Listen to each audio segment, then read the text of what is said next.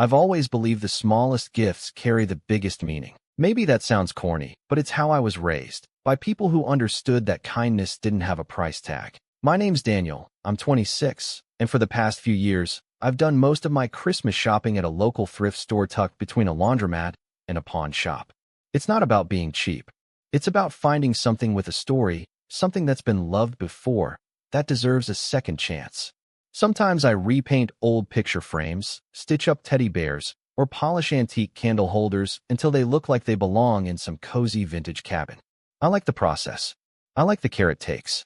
And every December, I bring my little collection of hand-picked, restored treasures to my family's Christmas Eve gathering. I wrap them in newspaper comics and tie them with twine. It's become my thing. Or at least, it used to be. The first real crack in the foundation happened 3 Christmases ago, though at the time, I told myself it was nothing. We were all gathered in my parents' living room. Mom humming along to the old Bing Crosby records. Dad fiddling with the thermostat like he always does when people dare to feel comfortable. And my older brother Mason, 30, showing off the latest watch his girlfriend bought him. Mason's the kind of guy who gets his haircut every Thursday at exactly 2:30, drives a black Tesla, and says things like, "It's all about networking," when you ask how his startup's doing. He wore a blazer on Christmas Eve. I wore a hoodie with a ketchup stain from lunch. I handed out my gifts like I always did. To my niece, a hand-painted jewelry box with her name in curling letters across the top. To my parents, a vintage coffee grinder I'd spent weeks refurbishing, cleaned, oiled, and restored to a perfect crank. And to Mason, a copy of a rare book I'd found buried in the back corner of the thrift shop. The Art of War, leather-bound, gold-trimmed, with a handwritten dedication on the first page dated 1942. I thought he'd appreciate the aesthetic. He once called himself a business warrior. I thought it was corny, but maybe he'd see the gesture. He opened it, looked at the cover, then looked at me. Not a smile, not a thank you, just a short little snort of air from his nose. Then he turned to his girlfriend and said, "Is this a gag gift or something?" I thought he was joking. I even chuckled along, awkwardly. But he didn't laugh. Just slid it aside and reached for the next gift under the tree, a high-end VR headset from our parents. That night, in the car ride home, I tried to brush it off. Maybe I was reading too much into it. Maybe Mason had a weird day. Maybe he didn't like old books. It didn't mean anything, right? But that was just the beginning. Last year, things got worse.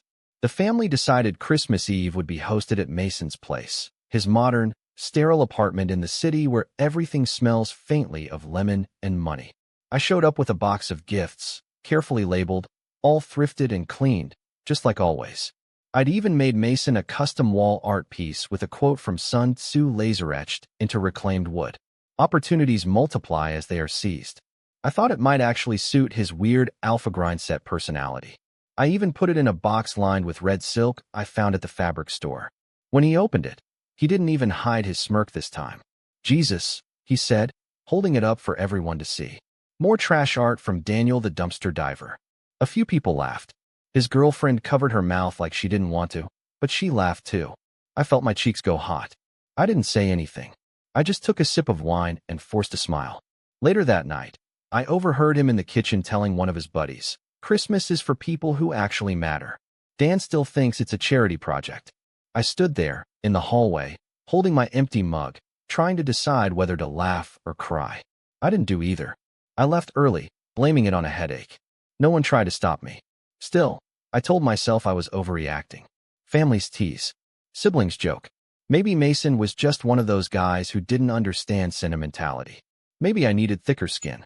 But this year, this Christmas, something shifted. And it all started with the gift I gave my grandpa. Grandpa John is 87. Ex-Marine, ex-mechanic, current master of crosswords and peppermint candy. He walks with a cane but still insists on mowing his own lawn. He's always been my favorite relative. Maybe the only one who really gets me. He tells me stories about his childhood growing up in the Dust Bowl, about fixing cars with baling wire and duct tape, about how he met Grandma at a dance by accidentally stepping on her foot. He keeps a shelf of precious things in his den, little objects with meaning. A shell from Normandy, a broken compass, a porcelain dog from his childhood, a small pine box with a worn photo of my late grandmother inside. So this year, I went all out for him. I found an antique pocket watch from 1907 at the thrift shop. Broken, but beautiful. I spent nearly 2 months learning how to clean and repair it. I studied tutorials, bought a loop, tweezers, even got a tiny screwdriver set. I cleaned the gears, replaced the spring, and got it ticking again. I polished the casing, re-inked the engraving.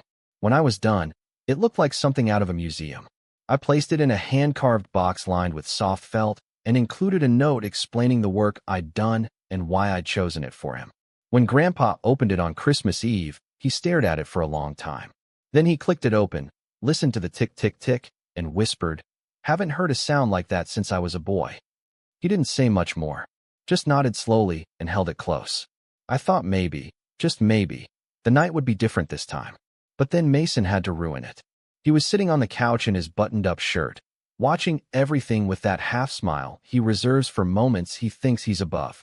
When Grandpa hugged me and whispered, "Thank you, son," Mason cleared his throat and said, "Man, you really went all out this year. How many dumpsters did you dig through for that one?" The room got quiet, just for a second. Then someone laughed. "Dad, I think." Maybe nervous, maybe not. And just like that, it was a joke again. I looked around the room, waiting for someone to say, "Hey, that's enough." But no one did. So I left, quietly. No scene, no drama. I just gathered my coat, nodded to Grandpa, and stepped out into the cold night air without saying goodbye. I didn't know what would happen next. I didn't know what that quiet little moment had sparked. But the next morning, Grandpa asked me to come by his house. Alone. He had something to show me. And what he said, what he showed me, would change everything. I didn't sleep much that night. I kept replaying Mason's words in my head, over and over again, like a scratched record. How many dumpsters did you dig through for that one? The worst part wasn't even the insult. It was how casual it was, how automatic. Like it wasn't even worth thinking twice about. Just a reflex. A twitch of cruelty. And nobody had said anything. That was the part that really stuck with me. My parents had looked away. His girlfriend had stifled a laugh. Even my cousins, who used to beg me to bring them thrifted comic books or weird vintage toys, just sat there pretending they didn't hear it. I used to think I was just the quirky one in the family, the one who didn't follow the traditional path, who didn't wear collared shirts to dinner or post gym selfies on Instagram. But now I was starting to realize something else. I wasn't quirky. I was tolerated, like a rained-on doormat. You don't throw it out, but you also don't thank it for being there. When I got home, I made a cup of tea and sat on the couch in silence. The Christmas lights I'd strung around my tiny apartment blinked like a dying heartbeat. I stared at them until they blurred. I hadn't even opened the gifts I was given. Not that I expected much. The next morning, just as the sun began to rise and paint my window in orange light, my phone buzzed. It was a message from Grandpa. "Come by this morning if you can. Just you." Before noon. I didn't even hesitate. I threw on a sweater and drove over, still wearing the jeans from last night. His house sat like a relic from another time, modest, brick, with faded holiday decorations on the porch that hadn't changed since I was 10. I knocked once. He opened the door himself. "Morning, Daniel," he said, voice gravelly but kind. "You come in now. Got something to show you."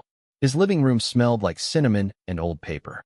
I followed him to his den, where he sat in the big leather chair he'd had since I was a kid. He gestured to the smaller one across from him.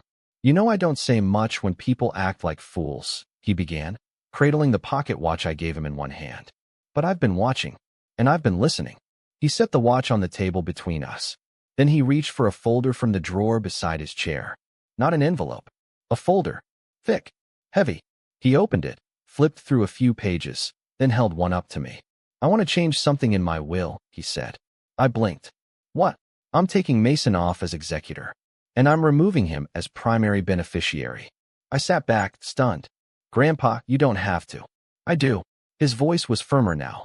"That boy's grown arrogant. Cold. Cruel. Reminds me of his father when he was young. Too much pride, not enough heart." He tapped the watch. This meant more than anything anyone gave me last night. Not because of what it is, but because of what you put into it." And he mocked it like it was garbage. I didn't know what to say. He leaned forward. "Daniel, this family, they forgot what matters." I watched your mother chuckle like it was some harmless prank. "Your father? He's been enabling Mason for years." I kept thinking maybe someone would speak up, but none of them did. "You've been carrying the weight of their silence too long." He handed me the paper. I've already called my lawyer. We're finalizing it next week. You'll be executor, and you'll inherit the house. I stared at him. Grandpa, He raised a hand. I'm not doing this out of pity. I'm doing it because you're the only one who still gives a damn. I left with the paper tucked in my coat and a knot in my stomach the size of a boulder. It felt like justice, but it also felt dangerous. Because if Mason ever found out, well, I didn't have to wonder for long. The next family gathering was New Year's Day brunch. Held at my parents' house, it was always a casual affair. Leftovers, board games, cheap champagne. I almost didn't go, but Grandpa told me to. He said, let the boy show his teeth first, then bite back. So I showed up, played the part, smiled, said, Happy New Year, like nothing had changed. Mason was there, of course, lounging like he owned the place, one arm around his girlfriend, the other flipping through his phone. He barely acknowledged me. Fine. That was normal. Then came the toast. My dad raised a glass of orange juice and gave his usual speech about family, growth, and moving forward. It was cookie cutter, harmless. But when Mason took the floor after him, everything shifted. I just want to say, he began, smiling like a politician, that this past year has taught me a lot, especially about success and who supports it. He glanced at me. Not everyone in this room understands what it takes to build something real. Some people still think flea markets count as ambition. A couple of snickers from the younger cousins. My mom chuckled nervously. But I'm grateful, he continued, because next year, when I take on my new role, he paused for effect. As executor of Grandpa's estate, I plan to preserve the family legacy with dignity. I blinked. What? I've already spoken to Grandpa, he went on. He told me his wishes. We're just finalizing the paperwork. I felt heat rise up my neck. He was lying. Boldly. Brazenly. I looked at Grandpa, who was staring at Mason like he'd grown a second head. And I planned to renovate the house, modernize it. It's falling apart, you know? That's when I snapped. Not publicly. Not with shouting. But something inside me cracked. After the toast, I pulled Grandpa aside. Did you tell him? He shook his head slowly. Not a word. He's assuming. Or lying. And then Grandpa said something that changed everything. Maybe it's time he learned he's not untouchable. That night, I started digging. Not into dumpsters. Into files. I looked up Mason's business, which I'd always avoided out of spite. Turns out, his startup was more smoke than fire. Flashy website, vague descriptions, investor promises with no follow-through. And that condo he flaunted? He didn't own it. It was leased, with his girlfriend's name on the paperwork. But what really caught my attention was a lawsuit. Small, quiet, buried in online records from 3 years ago. A former contractor had sued Mason for breach of contract and unpaid fees. The case was dismissed, but not because Mason was innocent, because the plaintiff disappeared. Literally dropped off the map. I filed it away, noted the names, made screenshots, because I knew what was coming next. A week later, my mom called me. Not to check in, not to apologize. Daniel, she said, Mason told us you've been making claims about Grandpa's will. That's not appropriate. You're causing tension in the family. I haven't told anyone anything, I said. But thanks for assuming. She sighed like I was a burden. Just don't start drama, okay? Mason's always been the responsible one. You know that. Click. No, how are you? No, I'm sorry he embarrassed you. Just another reminder of where I stood. 2 days later, Mason showed up at my apartment. No warning. No invite. Just knocked on the door like he had every right to be there. Hey, he said, flashing that fake grin. Mind if we talk? I opened the door halfway. About. He leaned against the frame like we were old friends. I heard you've been spending a lot of time with Grandpa. Just wanted to say, don't get any ideas. I stared at him. Ideas? You know what I mean. He stepped closer. Grandpa's old. Sentimental. He doesn't always think clearly. And you? Well, let's be honest, Dan. You're not exactly the golden child. He laughed. Like it was hilarious. Like this whole thing was just a chess match he already won. You're a good guy, he added. But you're not the kind of guy people trust with big decisions. Then he clapped me on the shoulder and walked off. That night, I looked at the paper Grandpa had given me again. Executor. Inheritor of the house. Mason thought he'd already won. That the world owed him victory by default. But he had no idea what was coming. And the funny thing? Neither did I. Because 3 days later, everything exploded. Louder, faster, and more brutally than I could have ever expected. 3 days later, my world tilted. I woke up to 37 missed calls and a voicemail from Grandpa's neighbor, Mrs. Franklin. She's known me since I was a kid. Always gave out those orange peanut-shaped candies at Halloween that nobody actually liked, but everyone took out of politeness. Her voice on the voicemail was tight, urgent. "Daniel? Honey, it's Mrs. Franklin. I didn't want to overstep, but the paramedics just took your grandfather. He collapsed in the front yard. It looked like a stroke. They're taking him to St. Clair's. I'm so sorry. I didn't even put on socks. I just grabbed my coat and keys and ran out the door. My heart was hammering in my chest the whole drive, faster than my foot on the gas. I don't even remember the red lights. I don't remember parking. I just remember the white corridors and the fluorescent lights buzzing like flies in my ears. They let me in because I was listed as emergency contact. I sat by Grandpa's side, holding his hand, watching the rise and fall of his chest. The doctor said he'd had a minor stroke. He would likely recover, but slowly. Rest was key. Minimal stress. Limited visitors. He opened his eyes once. Just once. Looked at me, blinked, and whispered, "Don't let them take the house." Then he drifted back into sleep. I nodded, even though he couldn't see it. "I won't," I whispered back. "I promise." But promises are funny things. Easy to say, hard to keep when the wolves are already circling. By the time I got back to his house later that afternoon, Mason had already been there. The front door was unlocked. The hallway smelled like aftershave. And the precious things shelf in Grandpa's den was bare. Gone. Every item. The shell. The compass. The box with Grandma's photo. The pocket watch. Gone. I just stood there. For I don't know how long. Then I walked from room to room. In the kitchen, the drawers were opened and rummaged through. The file cabinet in the hallway. Emptied. Documents missing. His will. The old one and the revised copy we'd made together. The house had been raided. Not by a stranger. By family. I called my parents. No answer. I called Mason. "Hey, little bro," he said, casual, like nothing had happened. "Something wrong. You were at Grandpa's house." "Yeah, so? I'm the executor, remember? Gotta protect the property. You know, in case he doesn't pull through." "Where are his things, Mason?" There was a pause. "Then, what things?" I almost threw the phone across the room. But I didn't. I just swallowed hard. "I'm reporting this," I said. "You went through his private property. You stole from him." He laughed. Not a big laugh. Just a low, pitying chuckle. "Daniel, come on. This is your emotional side talking. Don't embarrass yourself." Then he hung up. And for the first time in my life, I realized I was alone. Truly, entirely alone. No allies. No backup. Just me, a half-empty house, and a promise to a man who might not even wake up again. That night, I sat on the floor of Grandpa's den, staring at the spot where his shelf used to be. I cried. I'm not ashamed to say that. Not anymore. I cried because it wasn't just about the things, it was about the erasure. Mason hadn't just stolen objects. He'd tried to erase Grandpa's history, his heart, his connection to me. And then, like someone flicked on a light inside me, I stopped crying. I started planning. First, I filed a police report. Not that I expected it to go far, but it created a paper trail. Then I contacted Grandpa's lawyer and informed him of the unauthorized access to the property. He was sympathetic, but without Grandpa conscious to confirm the new will, it was tricky. "Do you have a copy?" he asked. I did. Thank God I did. I scanned it. Sent it over. The lawyer promised to do what he could, but with Mason's claims and the missing original, everything was in a precarious legal limbo.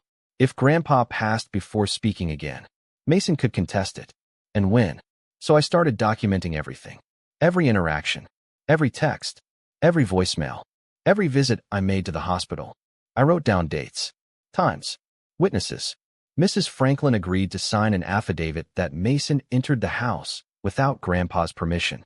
The lawyer said it might help. Meanwhile, I stayed at Grandpa's house. Slept on the couch. Took care of the mail.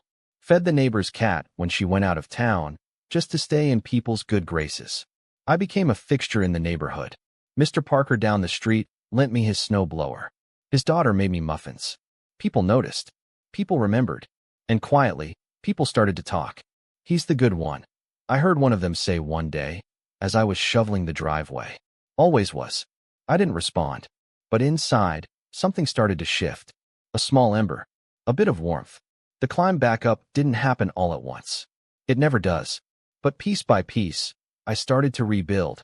Not just the case, but myself. I pulled my old tools out of storage. The ones I'd used to fix Grandpa's watch. I started going back to the thrift store. Not to escape, but to reclaim something. Every item I picked up, I asked myself, would Grandpa have liked this? I bought a busted old clock, restored it, and donated it to the senior center in his name. I framed one of Grandma's old recipes, cherry apple pie, and gave it to Mrs. Franklin. I painted a wooden sign for the neighborhood entrance, something warm and welcoming. People started noticing. And they didn't just notice, they thanked me. For the first time in years, I felt useful. I began volunteering at the hospital, just small things. Running coffee to nurses, reading to patients whose families never visited. The nurses in Grandpa's wing grew familiar, kind. They let me stay late. Let me talk to him even when he didn't respond. I held his hand and read him the newspaper. Told him stories about his neighbors. About how the tree out front had finally dropped all its leaves. About how Mason's cologne still haunted the front hallway, but I'd scrubbed most of it out. I wasn't just waiting anymore. I was living. And then, a month after the stroke, something happened. I was reading to him, as always, and I paused to take a sip of water. That's when I heard it. Cherry apple pie. I froze. I looked at him. His eyes were open. He blinked slowly. Smiled. She used to make it every winter, he said. I nodded, choking back tears. She did. He reached for my hand. They tried to take everything, didn't they? I squeezed his hand. I'm working on it. He didn't say much more that day, but it was enough. He was awake. He was present. And Mason had just lost his most powerful weapon, silence. But the battle wasn't over. Not by a long shot. Because 2 days later, I got a call. Not from the hospital. From a real estate agent. Hi, is this Daniel? She asked. I'm calling on behalf of Mr. Mason Fields. He's listed you as a current occupant of the property located at 418 Cedar Grove Lane. He's requesting that you vacate the premises within 10 days so it can be prepared for sale. My blood turned to ice. He doesn't own the house, I said. There was a pause. He provided documentation indicating otherwise. I thanked her, hung up, and stood in the kitchen staring at the old clock I'd just repaired that morning. Mason had filed a fraudulent deed transfer. He was trying to sell Grandpa's house right out from under him. And if I didn't stop him, he might succeed. But I wasn't the same Daniel I'd been in December. I wasn't the awkward little brother with thrift store wrapping paper and too much hope. I was the man Grandpa trusted. I was the man who rebuilt from rubble. And I was about to remind Mason that some things, some people, can't be bought, erased, or sold. By the time I hung up with the real estate agent, I wasn't even angry. That surprised me. No shaking hands. No dry mouth. Just clarity. A quiet, focused rage. Not the explosive kind, but the kind that sharpens you. For the first time in my life, I saw Mason for what he really was. A con man in a tailored shirt, feeding off a family too blind, or too comfortable, to stop him. But I wasn't blind anymore. And I wasn't going to let this slide. I pulled out the folder Grandpa had given me. The one with the original draft of the updated will. The one where I was executor. It wasn't notarized yet, but it was signed. Dated. I'd scanned it weeks ago, and I had both the digital and physical copies stored safely in a fireproof box in my apartment. I texted Grandpa's lawyer again, David Klein, and told him what had just happened. He called me back 10 minutes later. Daniel, I've dealt with a lot of slime balls. But this is bold. If Mason forged any documents to transfer property before your grandfather was declared legally incapacitated, that's fraud. Felony level. Can we stop the sale? I can file a temporary injunction. If I get confirmation from your grandfather, preferably on video, that he never authorized a sale or deed transfer, we can block the transaction immediately. He's speaking again, I said. He's still weak, but he's lucid. Clear. Then we move fast. That afternoon, I brought my laptop to the hospital. The nurses cleared the room and gave us privacy. I propped up the webcam, hit record, and asked Grandpa 2 questions. Did you give Mason permission to access your home or remove personal property? Did you authorize a transfer of the deed or sale of your home?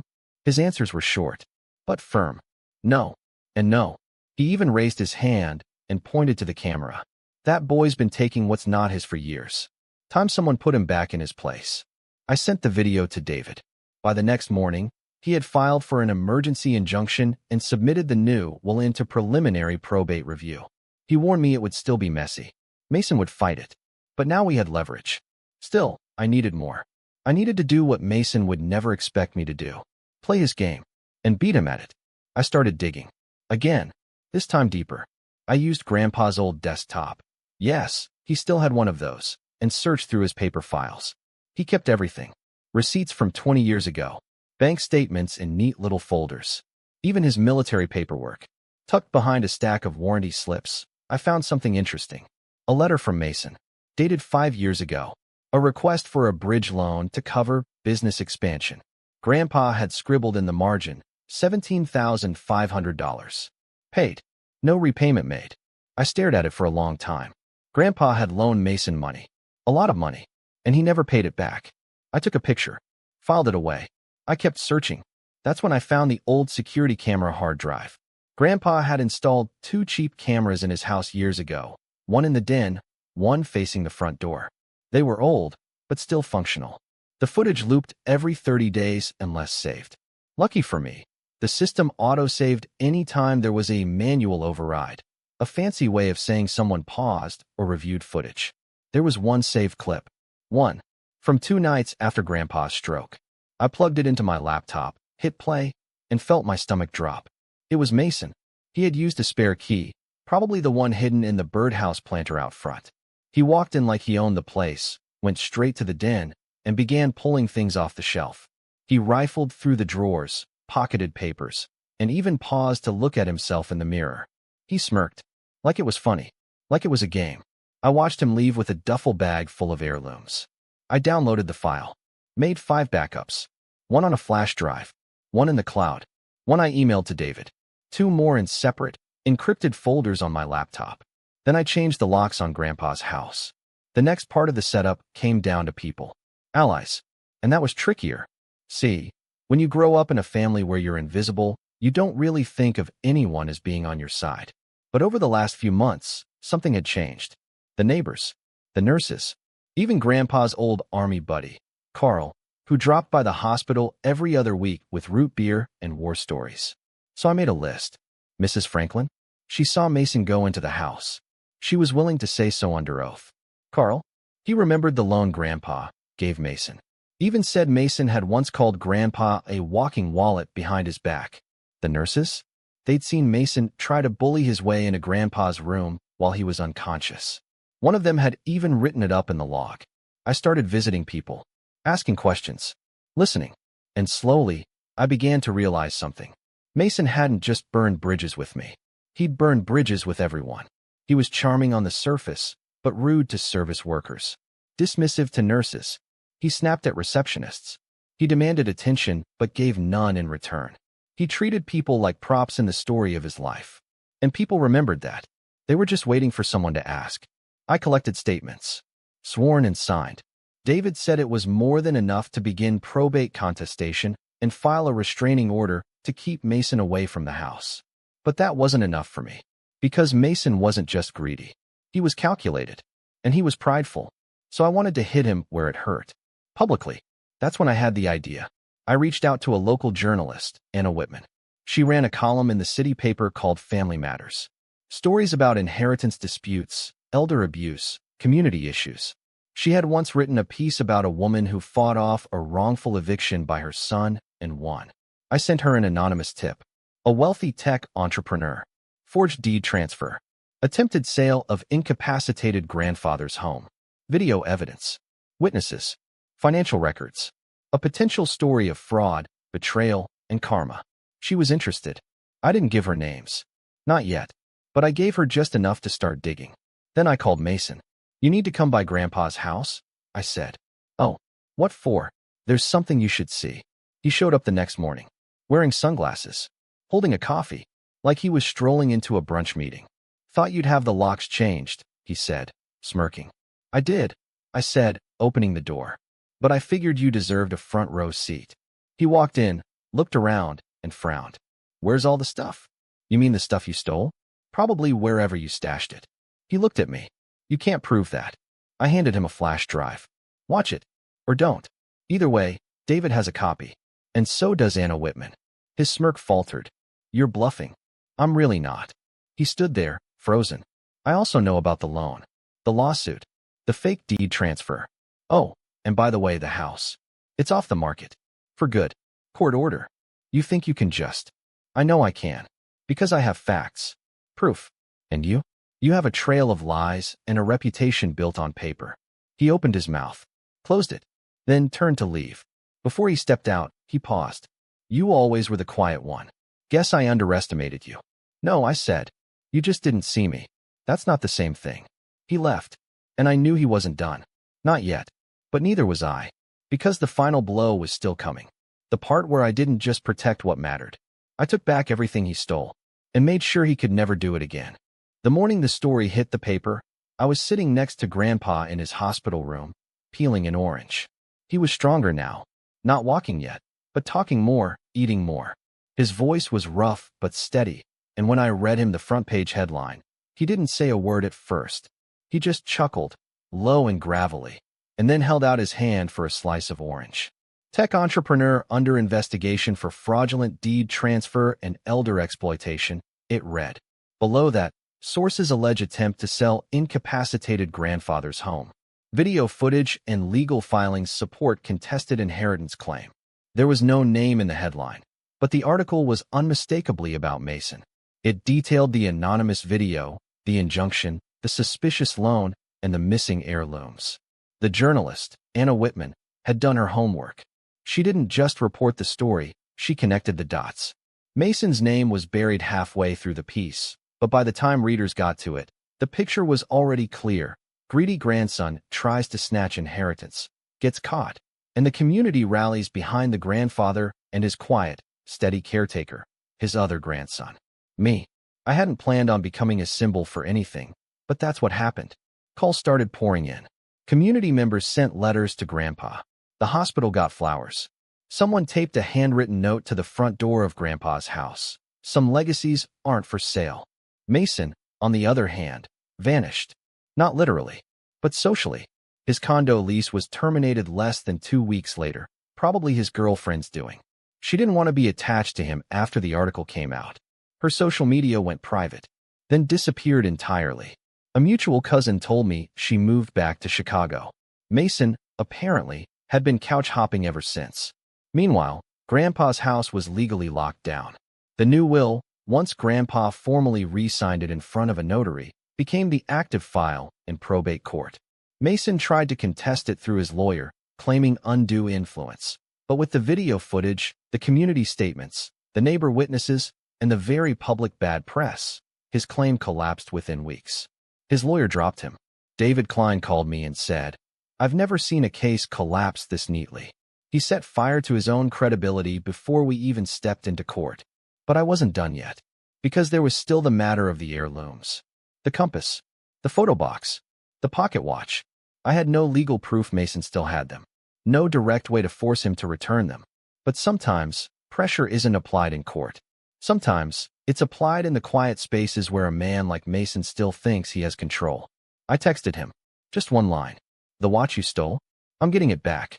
One way or another. He didn't respond.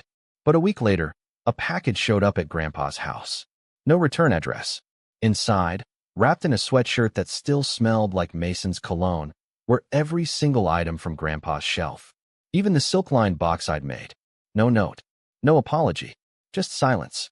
I showed Grandpa, and he stared at each item like he was seeing old friends return from war. He held the compass for nearly 10 minutes. Didn't say a word. Then he looked at me and said, You kept your promise. I nodded. We're not done yet. Because revenge, to me, wasn't about punishment. Not anymore. It was about justice. About correction.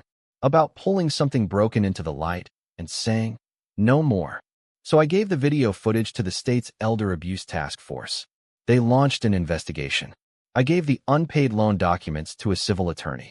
Mason was sued for the $17,500 plus interest.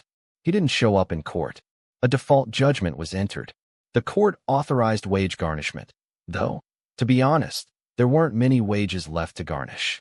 His startup was already hemorrhaging. Clients had backed out. Investors ghosted him. A few people had recognized the name from the article and connected the dots. One even wrote a blog post about their experience being conned by Mason. It went semi-viral. In a matter of months, his empire of smoke collapsed. And I didn't even have to push. I just held up a mirror. As for me, life didn't change overnight. But it did change. Grandpa moved back into his house after 3 months of rehab. I helped modify it. Grab bars in the bathroom, ramps at the door. Carl came over on weekends to help. Mrs. Franklin brought soup. The neighborhood, once just background noise, became something closer to family. And I found something else too. Purpose. I started taking on more repair projects. For neighbors. For friends. I posted a listing online. Restoration with story. Heirlooms brought back to life. People responded. Not because they needed perfect items, but because they wanted meaningful ones. The business grew. Slowly, honestly, without flash. Just me, my tools, and a workbench by the window. And one day, 6 months after it all ended, I got a letter. From Mason. Typed. 2 paragraphs. No salutation. I underestimated you. I won't pretend I'm sorry for everything, because I'm not. But I am embarrassed. You won. Fair and square. Keep the house. Keep it all. I'm done with this family. No return address. No way to reply. I read it once. Then twice. Then I folded it, placed it in the back of the photo box, and slid it onto the shelf in Grandpa's den, restored, rebuilt, and glowing with quiet dignity. Because that letter wasn't for me. It wasn't closure. This, everything else, was rebuilding my life brick by brick, not with vengeance, but with intention, with care, with truth. And every now and then, someone asks me, how did you stay so calm? How did you not explode? And I tell them what Grandpa told me the day he handed me the pocket watch. You don't scream when someone tries to steal your legacy. You protect it, piece by piece. Because revenge doesn't always come with fireworks. Sometimes it's quiet, measured, precise, and it ends when the thief has nothing left to take, and you have everything worth keeping. And now, every night before I lock up Grandpa's house, I pass by the shelf in the den. I look at the compass, the shell, the box, the watch, and I smile, because everything that matters is right where it belongs.